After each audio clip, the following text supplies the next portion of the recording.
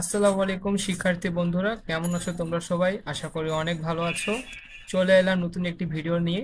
আজকে আমরা হিসাব বিজ্ঞান দ্বিতীয় পত্রের ময়মনসিংহ ময়মনসিংহ বোর্ড 2024 সালের প্রশ্ন সমাধান করব। তো চলো শুরু করি।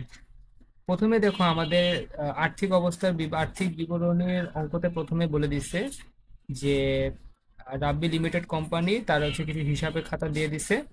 ডেবিট পাশে কিছু টাকা দিয়ে দিছে, ক্রেডিট পাশে কিছু টাকা দিয়ে দিছে, যেমন নগদ তহবিল 80,000, প্রাপ্য হিসাবে 1,20,000 টাকা, প্রাপ্য 40,000, সমাপনী মজুদ 70,000 টাকা।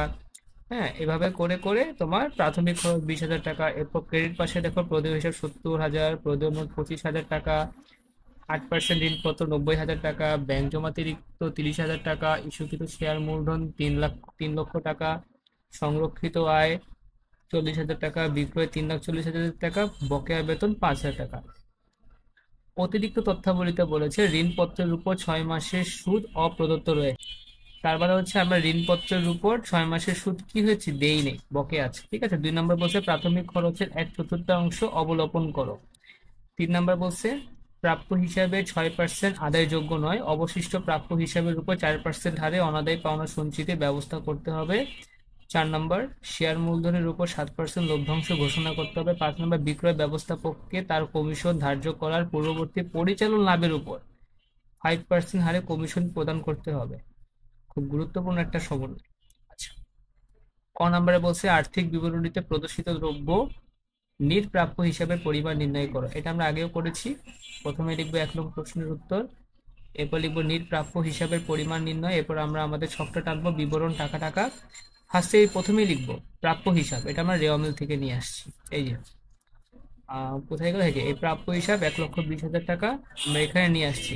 এরপর দেখো আমাদের সমন্বয়তে কি বলা ছিল যে প্রাপ্য হিসাবের 6% আদায়যোগ্য নয়। তার মানে হচ্ছে প্রাপ্য হিসাব ছিল 1,20,000 টাকা, এটার হচ্ছে 1,20,000 টাকা 6% কি হবে, আদায়যোগ্য নয়। তার মানে এটা আমার কুড়ি বা হচ্ছে অনাদায়ী পাওনা।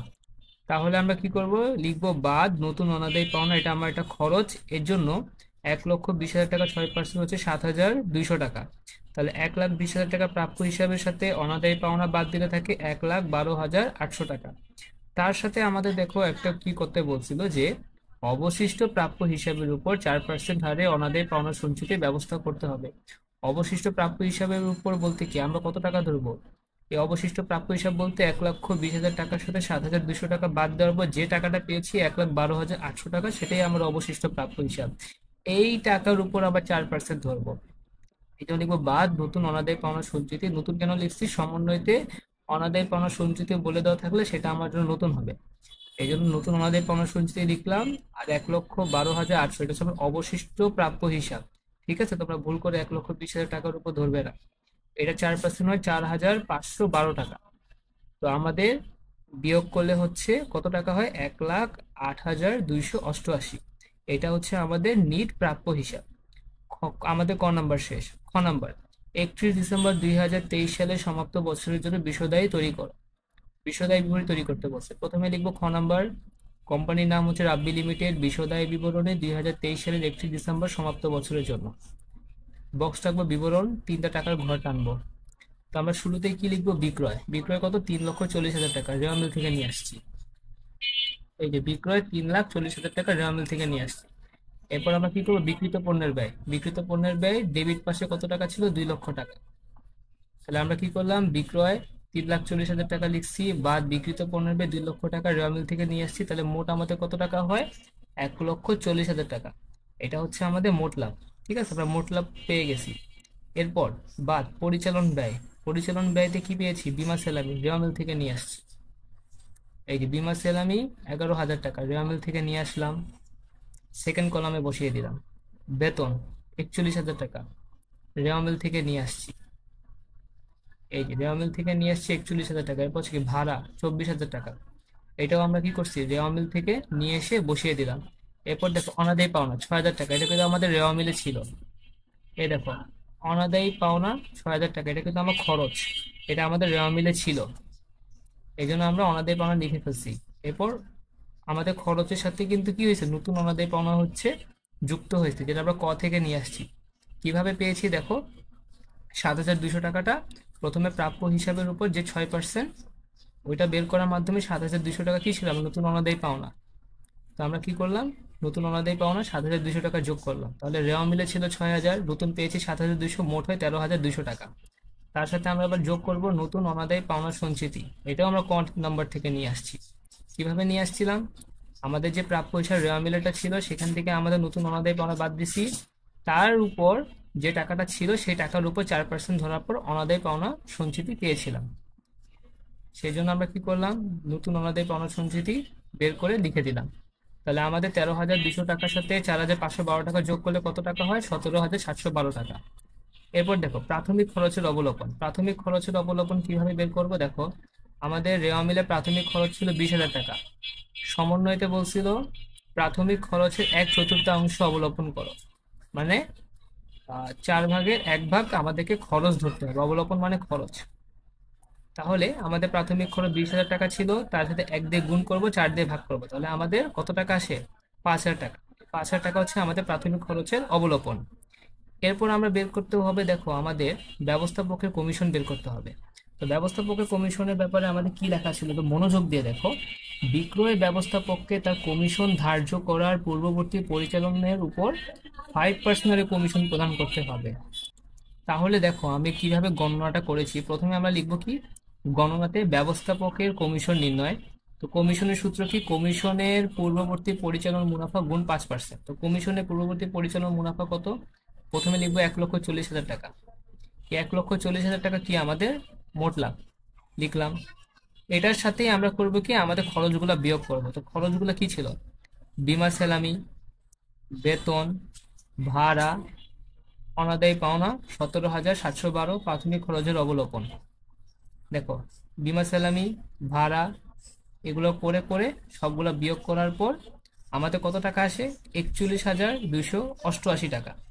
এই টাকার উপর আমরা কিন্তু 5% বের করব, ঠিক আছে।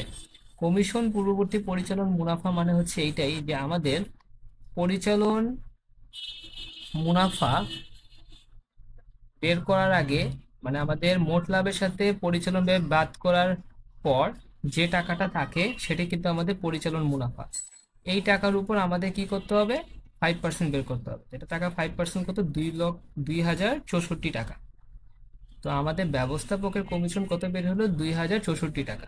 তাহলে আমাদের পরিচালন ব্যয় 11,000, 41,000, 24,000, 17,712, 5,000, 2,064, মোট ব্যয়গুলো যোগ করলে কত টাকা হয়, 1,776,000 টাকা। তাহলে আমরা আমাদের পরিচালন ব্যয় পেয়েছি 1,776,000 টাকা। তো মোট লাভ ছিল 1,40,000 টাকা, তার সাথে পরিচালন ব্যয় বাদ দিলে আমরা পরিচালন মুনাফা এখন আমাদের কত দাঁড়াবে, 39,224 টাকা। তার সাথে আমরা কি করব, অন্যান্য ব্যয় বাদ দিব। তো অন্যান্য ব্যয়তে কি ছিল, ঋণপত্রের সুদ। তো ঋণপত্র আমাদের রেওয়া মিলে ছিল কি ছিল, 8% ঋণপত্র 90,000 টাকা। আর সমন্বয়তে বলে দিয়েছিল যে ঋণপত্রের উপর 6 মাসের সুদ অপ্রদত্ত রয়েছে। তার মানে হচ্ছে আমাদের যে 90,000 টাকার মধ্যে যে 1 বছরের সুদের মধ্যে 6 মাসের সুদ আমরা দেই নাই, সে 6 মাসের সুদ আমরা বের করব। তো প্রথমে আমরা কি লিখব, বাদ অন্যান্য ব্যয়, ঋণপত্রের সুদ 90,000 টাকা রেওয়া মিল থেকে নিয়ে আসছি, সেটা 8% বের করব। তো 8% বের করলে কিন্তু আমরা 1 বছরের টাকা পাবো। এখান থেকে আমরা করব কি, 6 মাসের সুদ বের করব। তো কিভাবে বের করব, গুণ 6 ভাগ 12। 6 মাসের সুদ কেন, আমাদেরকে বলেই দিছে রেওয়া মিলে যে 6 মাসের সুদ অপ্রদত্ত রয়েছে, ঠিক আছে। তো 6 মাসের সুদ আমরা বের করব, তাহলে আমাদের ঋণপত্রের সুদ দাঁড়ায় হচ্ছে 3600 টাকা। পরিচালন মুনাফা তাহলে ছিল 39,224, অন্যান্য ব্যয় হচ্ছে আমাদের 3600, তাহলে আমাদের নিট লাভ কিন্তু কত টাকা দাঁড়াইলো, 35,624 টাকা আমাদের নিট লাভ, ঠিক আছে। তো আশা করি তোমরা এই বিশদ বিবরণী অঙ্কটা একটু ভালোভাবে বুঝতে পেরেছো, ঠিক আছে। এরপর গ নম্বরে কি বলছে, 31 ডিসেম্বর 2023 সালে সংরক্ষিত আয় বিবরণী প্রস্তুত করো। আচ্ছা, চলো সংরক্ষিত আয় বিবরণীর জন্য ছক টেনে ফেলি। গ নাম্বার দিলাম, কোম্পানির নাম লিখলাম, সংরক্ষিত আয় বিবরণী 2023 সালে 31 ডিসেম্বর সমাপ্ত বছরের জন্য বিবরণ টাকা টাকা। তো সংরক্ষিত আয় বিবরণীর জন্য আমরা সর্বপ্রথম কি করব, সংরক্ষিত আয়ের প্রারম্ভিক জের নিয়ে আসবো। এই প্রারম্ভিক জের কিন্তু আমাদের রেওয়া মিলে দেওয়া আছে। এই দেখো, সংরক্ষিত আয় জানুয়ারি মাসের, মানে 1 তারিখ, জানুয়ারি 1 প্রথম মাস 2023 সাল 40,000 টাকা ছিল। এই টাকাটা আমরা কি করব, এই যে এখানে বসাই দিলাম। এবার আমরা করব কি, নিট লাভ নিয়ে আসবো। তো নিট লাভ আমরা কোথা থেকে নিয়ে আসবো? এই যে খ নাম্বারে আমরা নিট লাভ পেয়েছিলাম 35,624 টাকা। তাহলে আমরা লিখবো যোগ চলতি বছরের নিট মুনাফা খ হতে প্রাপ্ত 35,624 টাকা। এটা আমরা লিখে ফেললাম। তাহলে আমরা কি করবো এখন, দুটো যোগ করব। দুটো যোগ করলে আমাদের কত টাকা আসে? 75,624 টাকা।